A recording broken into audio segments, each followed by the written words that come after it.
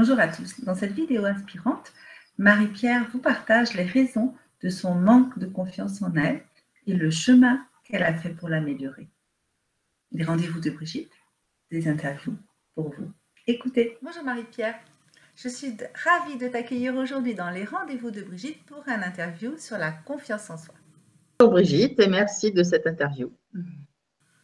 Peux-tu nous expliquer comment se manifestait auparavant ce manque de confiance en soi?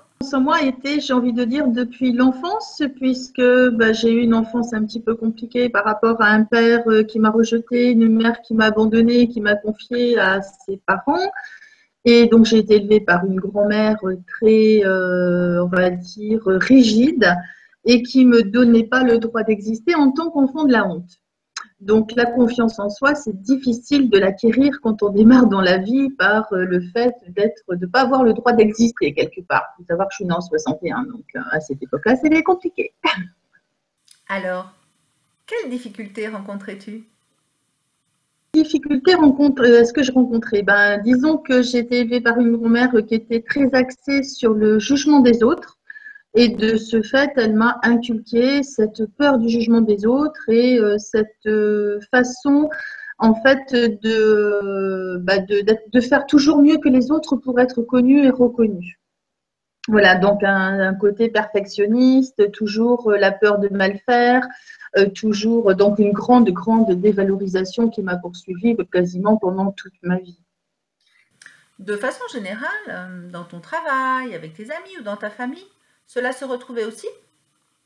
Ah oui, oui, parce que toujours peur de mal faire, toujours, voilà, avec mes enfants, je m'aperçois que, enfin, je me suis aperçue avec le recul que j'ai toujours exigé d'eux d'être un peu parfaits, à mon image, quoi. Donc, je leur demandais beaucoup, en fait. Mais bon, aujourd'hui, ils sont bien équilibrés, on a travaillé là-dessus, hein. Mais c'est vrai que pendant très, très longtemps, ça poursuit quand on a un manque de confiance. Et forcément, on est moins bien que les autres. Forcément, les autres font toujours mieux. Les autres font toujours plein de choses qu'on ne fait pas. Enfin bon, moi, ça s'est traduit vraiment tout au long de ma vie. Ça m'a poursuivi, cette histoire. Est-ce que tu peux parler de souffrances vécues? Et si oui, dis-moi, à combien sur une échelle de 0 à 10, tu la situerais? Oh, de 15 sur 10, ça va?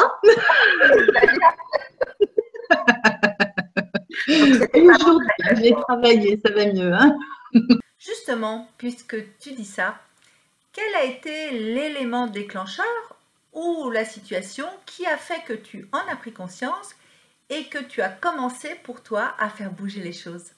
Alors, ça date, c'est pas si vieux que ça. Quand j'en ai pris conscience, en fait, je savais que je me dévalorisais, mais j'arrivais pas à passer le cap. Et en 2009, en fait, j'ai rencontré une personne à l'occasion d'une activité dans le bien-être que je démarrais donc avec LifeWell. J'ai eu l'occasion de rencontrer un magnétiseur qui, lui, m'a guidée en décodage biologique. Donc, ça a été mes premiers pas, on va dire, vers l'évolution personnelle, vers le développement personnel. Et aujourd'hui, je ne peux que l'en remercier parce que c'est vraiment lui qui m'a mis le pied à l'étrier d'un long chemin qui n'est pas fini, mais qui se poursuit et qui va de mieux en mieux. Et ce décodage biologique m'a permis en fait de régler les blessures de l'enfance qui étaient dans mon cas le rejet et l'abandon. Quand on est rejeté et abandonné, c'est très difficile d'avoir confiance en soi, puisqu'on a été mis toute ma vie, moi ça a été, on me plonge la tête dans l'eau, et malgré tout, comme j'ai un tempérament quand même assez optimiste, et heureusement, de garder la tête hors de l'eau. Malgré tout, mais je ne faisais que survivre. Je pense que pendant plus de 50 ans, je n'ai fait que survivre. Et voilà, et jusqu'à temps que je rencontre cette personne qui m'a vraiment aidé à régler ces blessures de l'enfance. Alors après, il m'a mis le pied à l'étrier, mais après, j'ai continué par moi-même en comprenant, en suivant des séminaires, en lisant énormément de livres. Une qui m'a beaucoup aidée, c'est Lise Bourbeau avec les 5 blessures de l'enfance, entre autres. Enfin bon, beaucoup de personnages connus, de coachs qui sont vraiment connus et qui m'ont aidé à franchir les étapes les unes derrière les autres pour justement acquérir un peu plus de confiance et travailler sur mes blessures de l'enfance. Et maintenant, comment est ta nouvelle vie? Il y a plein de choses, de portes qui s'ouvrent là aujourd'hui, c'est génial. J'ai appris à lâcher prise parce qu'évidemment, quand on est dévalorisé, on n'ose pas non plus se vendre dans son activité. Donc, un gros blocage avec l'argent. On ne mérite pas, on n'a pas le droit d'exister, donc encore moins d'avoir de l'argent. Je pense qu'il y a peut-être beaucoup de personnes qui vont se retrouver là-dedans. Et donc, à un moment, donc j'ai cheminé depuis 2009, hein, je chemine énormément. J'ai vu beaucoup de thérapeutes en énergétique, voilà, en confiance en soi, voilà, des thérapies alternatives, des thérapies brèves qui m'ont énormément aidée. Et à l'automne, j'ai décidé de reprendre mon histoire parce que je suis quelqu'un qui adore écrire. Heureusement, la feuille blanche, elle m'a toujours suivie et parce qu'elle ne contredit pas. Hein. On peut lui dire tout ce qu'on veut. Elle est nickel. Et du coup, j'en suis arrivée à écrire mon histoire. Et en écrivant mon histoire, alors il y a des moments, bien sûr, où je suis replongée pour mieux remonter après. Et le fait d'écrire cette histoire et de m'appuyer en fait sur toutes les expériences qui sont arrivées, m'a permis de continuer ce chemin et de me libérer de certaines peurs, certaines croyances complètement erronées qui avaient été inculquées dans mon enfance, particulièrement par ma grand-mère. Oui, j'avais une grosse colère envers elle que j'ai évacuée avec le FT, entre autres, avec de différentes techniques.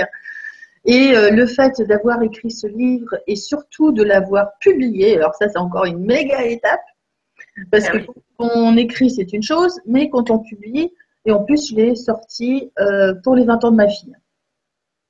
Donc c'était pas prévu au départ, du tout.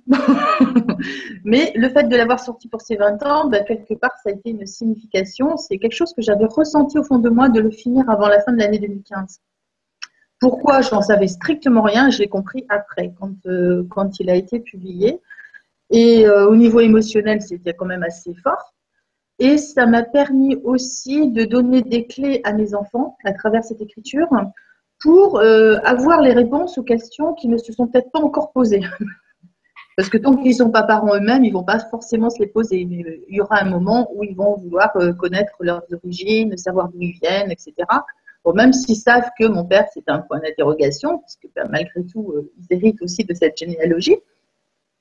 Mais malgré tout, ça leur a permis d'évacuer certaines émotions et de comprendre beaucoup de choses aussi. Donc, pour eux, c'est bénéfique. Et ma fille sait me le dire, d'ailleurs. Quel joli travail familial tu as pu faire. Ouais. Bravo. Et puis, tu nous montres bien là, dans tout ce que tu nous partages, que le fait de travailler sur la confiance en toi t'a permis de régler d'autres problématiques qui aussi t'empêchaient d'avancer dans la vie. Et ça, c'est vraiment trop génial ce travail. Quand on commence, la résolution des problèmes est souvent transverse. C'est-à-dire que quand on avance sur un point, on peut le transmettre à d'autres points qui peuvent aussi nous gêner. Et ça, tu viens de le décrire très bien. Merci beaucoup. Alors, j'avais une dernière question à te poser. Est-ce que cette souffrance vécue qui était auparavant à 15 sur 10, est-ce qu'elle a évolué? Est-ce qu'elle existe toujours? Et si oui, à combien tu pourrais la noter toujours sur la même échelle? Après, la confiance, elle n'est jamais à 100%, on est bien d'accord. Mais le fait, effectivement, d'avoir écrit ce livre, d'ailleurs, qui s'appelle Enfin libéré, c'est pas innocent.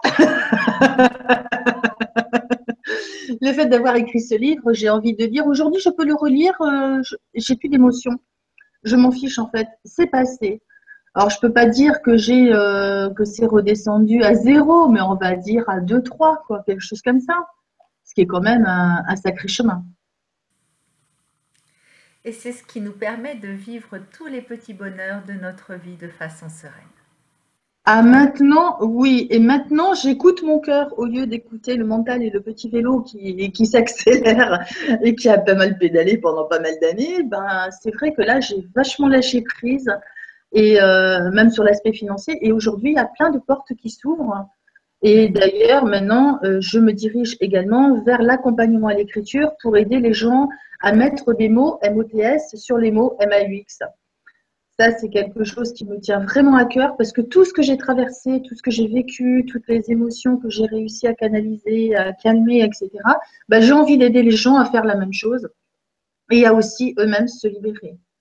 Alors voilà, qu'ils aient envie de se libérer comme ça, ou qu'ils aient envie aussi d'être accompagnés pour un projet d'écriture qu'ils peuvent avoir, puisque avec mes 35 ans de secrétariat assistanat, je peux aussi les accompagner pour un projet de A à Z qui comprend la structuration, structurer ses idées, mettre en place, créer un plan, rédiger, mettre en page, voilà, je peux accompagner sur plein de choses jusqu'à l'édition, puisque voilà, j'ai franchi toutes ces étapes. Donc aujourd'hui, je suis capable d'accompagner les gens aussi pour ça. Puisque tu nous parles de ton actualité, remontre-nous ton livre. On l'a pas vu, on l'a pas bien vu tout à l'heure à l'écran. Là, c'est le livre Enfin libéré, qu'on peut se procurer sur mon site internet, qu'on peut se procurer aussi chez Amazon ou à la Fnac, ou sur chapitre.com, ou sur les éditions du net. C'est à peu près tout. C'est déjà pas mal. Puisque je suis en édition, donc voilà. D'accord. On peut voir à l'intérieur, j'ai marqué quelques petites annotations que j'ai mises sur, voilà, par exemple, j'ai mis dans une autre police de caractère qui montre en fait, ça peut être des pistes de réflexion à l'attention du lecteur pour se projeter dans sa propre vie, et ça peut être aussi des réflexions du moment avec mon évolution, en disant mais qu'est-ce que tu étais gourde à l'époque, fallait vraiment quel diesel, enfin bon, ces petites autocritiques.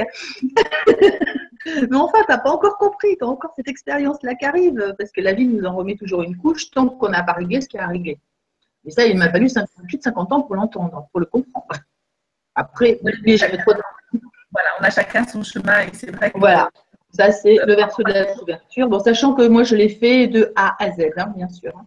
De la première à la dernière ligne, je la relègue la couverture. Je l'ai fait ma couverture, on l'a fait toutes les deux avec ma fille. Hein. Ça, c'était cool. C'est beau. C'était super, on l'a travaillé toutes les deux. Donc, dis-nous ton actualité. Ce sont les ateliers d'écriture, si j'ai bien compris? Oui, tout à fait. Donc, je démarre mes ateliers d'écriture. Donc, je suis dans le sud-ouest. Hein, donc, j'en démarre à Bayonne une fois par mois, un samedi après-midi par mois. Et une journée complète à Salis de Béarn, donc dans le Béarn. Et sur la journée complète, on travaille la matinée vraiment sur mettre des mots sur les mots, en écoutant son enfant intérieur, en écoutant son cœur et non pas son mental. Parce qu'il y a beaucoup de choses qui ressortent quand on se met en état de relaxation. Il y a énormément de choses qui ressortent et qui vont permettre de donner des pistes pour aller les travailler avec les thérapeutes qui vont bien.